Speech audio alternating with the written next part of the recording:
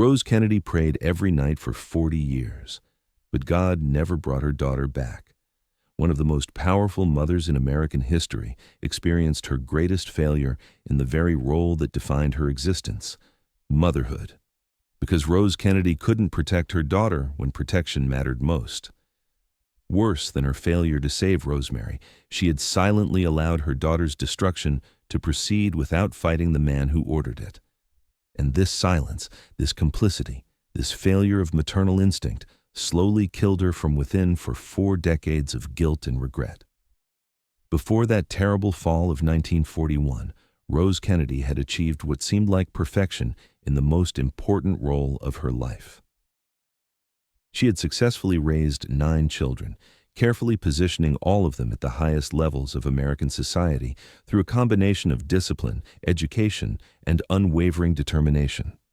The Kennedy family had become one of America's most respected and influential aristocratic dynasties, and this transformation was due largely to Rose's sacrifice, guidance, and absolute dedication to her children's success. She had created a family that would dominate American politics and culture for generations. But Rosemary was different from her siblings, and Rose knew this from early childhood. While her other children showed quick intelligence and natural leadership abilities, Rosemary struggled with simple tasks and needed extra time to understand basic concepts. Yet Rose was doing everything within her power to protect and nurture this special child who required more patience and understanding than the others. She hired special teachers who could work with Rosemary's learning style, arranged therapy sessions to help with her behavioral challenges, and provided endless patience when others might have given up. Rose could see past Rosemary's limitations to recognize her unique potential and inherent worth. She saw her daughter's extraordinary sweetness, her naturally loving and affectionate nature, her remarkable ability to touch people's hearts simply by being herself.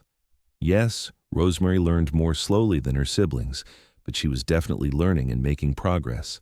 Yes, sometimes she behaved in ways that were difficult to manage or understand, but in those challenging moments, Rose had learned to embrace her daughter and calm her with maternal love rather than harsh discipline.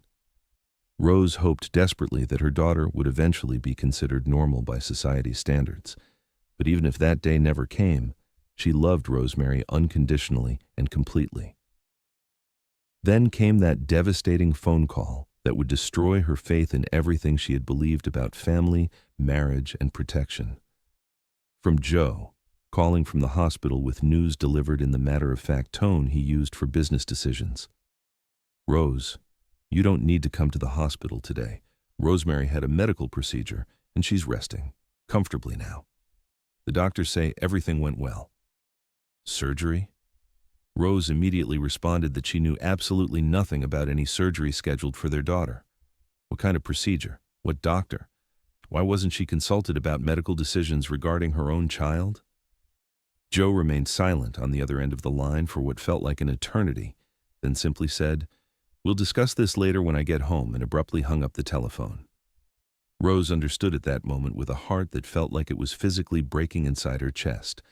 Her husband, the man she had trusted with her life and her children's futures, had made a major medical decision about their vulnerable daughter completely alone.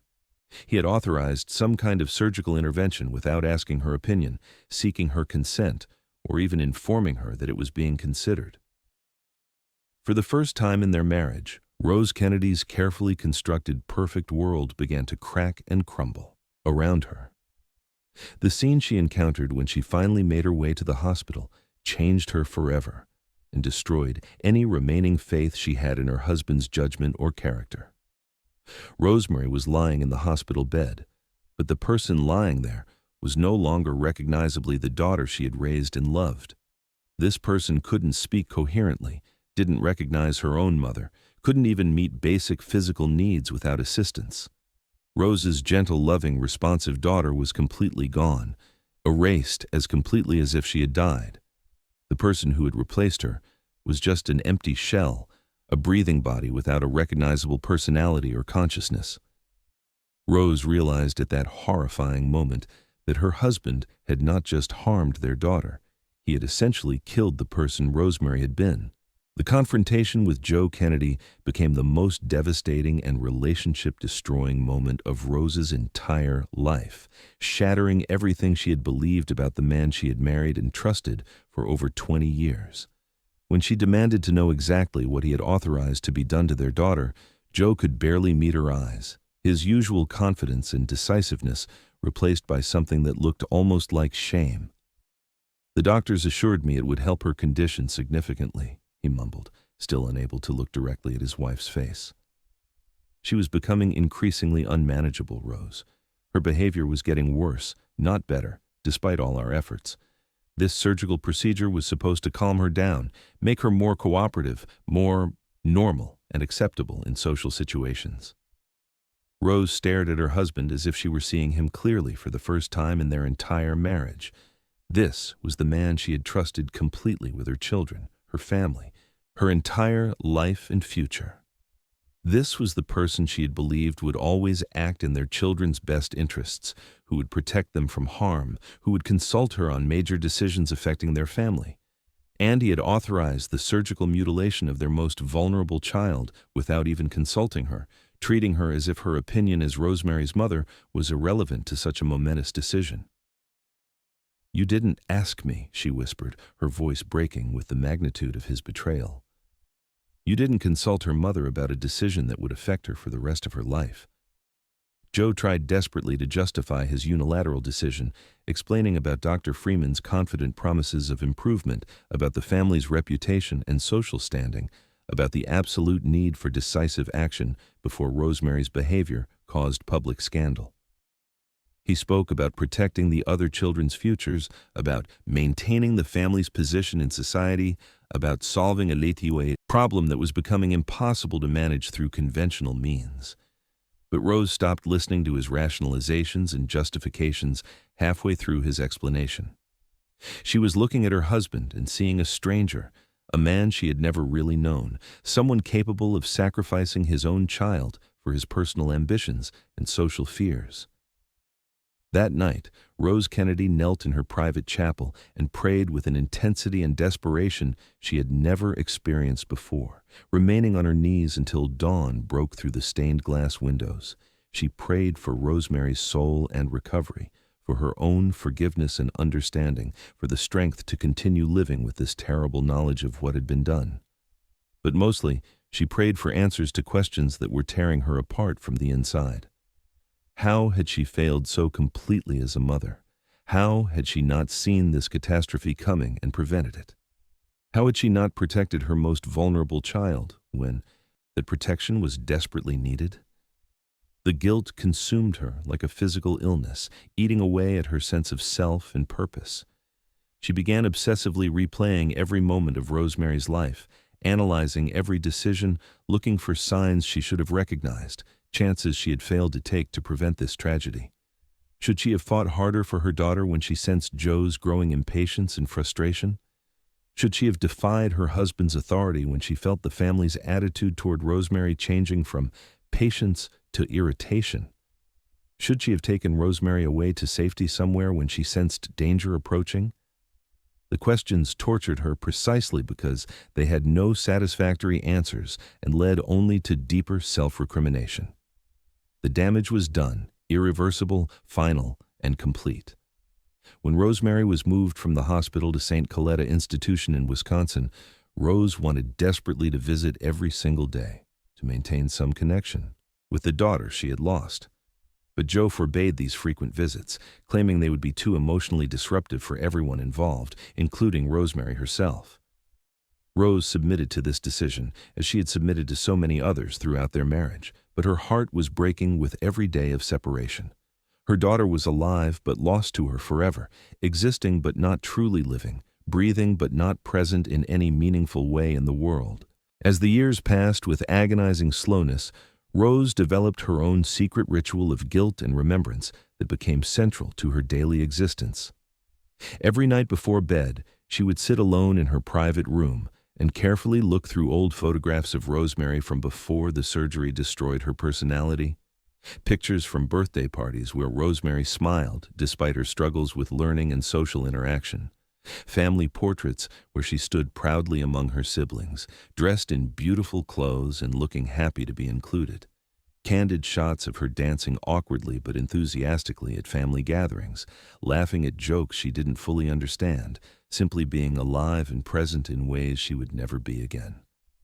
Rose would study these precious images for hours and torture herself with detailed memories of what Rosemary had been like before that terrible November day in 1941. She remembered the way Rosemary would hum contentedly while doing simple tasks around the house, completely absorbed in activities that brought her joy.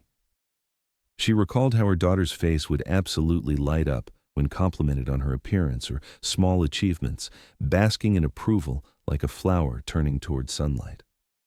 She treasured memories of the pure, unguarded joy on Rosemary's face when the family made special efforts to include her in their activities and conversations. All of it was gone now, erased as completely as if Rosemary had physically died, except that her body continued to exist as a living, breathing reminder of what they had destroyed through their own choices. Rose's relationship with Joe never recovered from the betrayal and deception surrounding Rosemary's lobotomy. They continued to live as husband and wife, maintaining the appearance of a strong marriage, presenting a united front to the public and media, collaborating efficiently on their remaining children's careers and social obligations. But the essential warmth and trust between them had died along with the old Rosemary, leaving behind only the shell of a partnership built on shared guilt rather than shared love. Rose could never again look at Joe without seeing the man who had ordered their daughter's mental execution, who had valued family reputation more than a child's welfare, who had betrayed her trust in the most fundamental way possible. In her increasingly desperate prayers, Rose wrestled with theological questions that seemed to have no satisfactory answers. Was she being punished by God for some unrecognized sin in her past? Was Rosemary's original condition a test of faith that they had failed catastrophically? Had God abandoned their family when they made such a terrible choice? Or had they abandoned God by choosing surgical violence over patient, accepting love? The Catholic Church taught forgiveness as a fundamental virtue, but Rose couldn't forgive herself for her complicity, couldn't forgive Joe for his unilateral decision, couldn't understand how a just and loving God could allow such suffering to be inflicted on an innocent person. Her visits to see Rosemary at St. Coletta became exercises in emotional endurance that left her drained and heartbroken every single time. Rose would sit beside her daughter's bed or wheelchair, talking gently to someone who couldn't respond meaningfully, sharing news about siblings Rosemary couldn't remember, trying desperately to maintain some kind of connection that existed now only in her own mind and heart. The hardest moments came when Rose would occasionally see brief flickers of something that might have been recognition, awareness, or memory. A moment when Rosemary seemed to focus on her face, a sound that might have been an attempt at communication, a gesture that looked almost familiar from their shared past.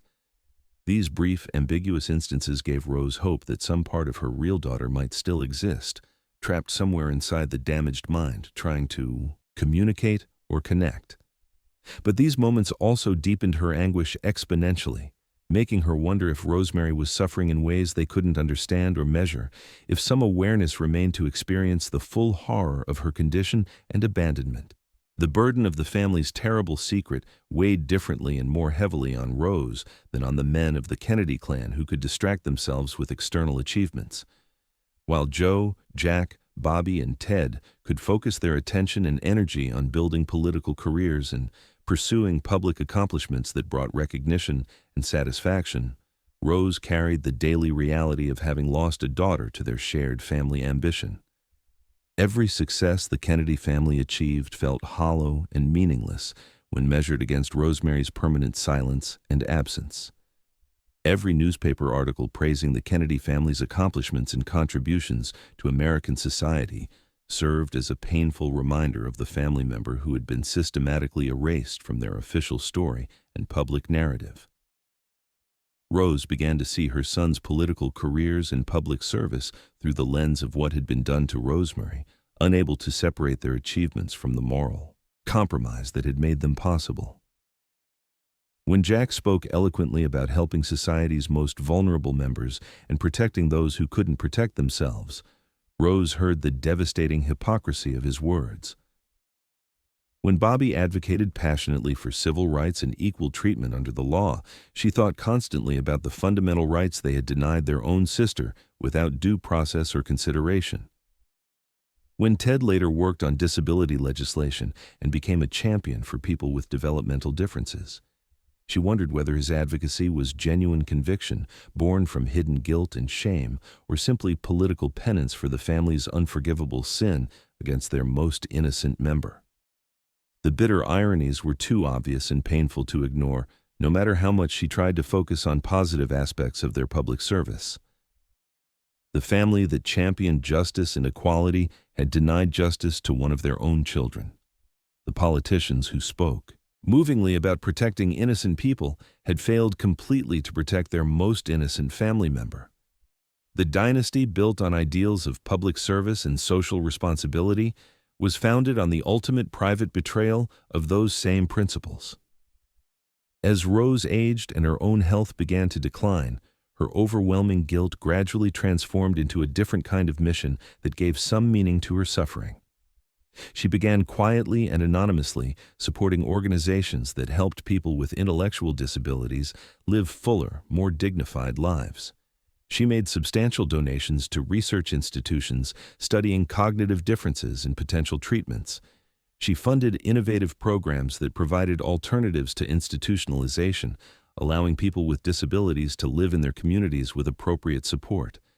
It was her way of attempting to atone for what they had done to Rosemary, though she knew with absolute certainty that nothing could truly balance that enormous moral debt or restore what had been destroyed. In her 80s, Rose's visits to see Rosemary became less frequent as her own physical health declined and travel became more difficult. But she never stopped thinking about her lost daughter, never stopped wondering what Rosemary's life might have been like if they had chosen love over image, patience over convenience, acceptance over surgical correction. The woman who had once been America's proudest and most successful mother became one of its most guilt-ridden and tormented parents. Rose Kennedy understood with painful clarity that she had been complicit in her daughter's destruction through her silence, her automatic submission to her husband's authority. Her failure to fight when fighting mattered more than anything else in the world. In her final years, Rose would often be found in her private chapel, spending hours on her knees, praying not for Rosemary's impossible recovery, because she knew that was medically impossible, but for forgiveness from a daughter who could no longer understand the concept of forgiveness, and from a God who seemed to have abandoned them all on that terrible day in November 1941, when innocence was sacrificed to ambition and a family's love was revealed to have cruel limitations. Rose Kennedy died in January 1995 at the age of 104, taking her profound grief and guilt to the grave after more than 5 decades of carrying the burden of what had been done to Rosemary. But in her final years, she witnessed something that gave her a small measure of peace and hope that some good could come from even the darkest human tragedies. The world's dramatically changing attitude toward people with intellectual disabilities and developmental differences. The Special Olympics that Eunice had founded and built in Rosemary's memory was transforming how society viewed cognitive differences, replacing shame and hiding with celebration and inclusion. Comprehensive laws were being passed to protect the rights of people with disabilities, ensuring they could live with dignity in their communities. Families across America were no longer automatically hiding their different children in institutions, but learning to celebrate them as valuable family members. The pervasive shame that had driven Rose and Joe to such desperate and destructive measures was slowly being replaced with understanding, support, and acceptance. In her most private moments, Rose allowed herself to imagine what Rosemary's life might have been like if she had been born into this new world of inclusion and opportunity. Perhaps she would have participated joyfully in Special Olympics competitions, finding achievement and recognition in sports adapted specifically for her abilities and interests. Perhaps she would have lived in a supportive group home in the community rather than an isolated institution, maintaining some measure of independence while receiving the assistance she needed. Perhaps she would have formed meaningful friendships with others who shared similar challenges, building a life of purpose and connection despite her cognitive limitations. These imagined scenarios gave Rose some comfort during her darkest moments of regret, but they also deepened her sorrow by highlighting how much had been lost. The world had indeed changed dramatically, but it had changed far too late for Rosemary to benefit from the transformation her tragedy had helped inspire. The daughter who might have thrived in an era of inclusion and acceptance had been destroyed in an era dominated by shame and surgical solutions. The girl, who could have been celebrated and supported for exactly who she was, had been surgically altered in a futile attempt to make her into someone she could never become.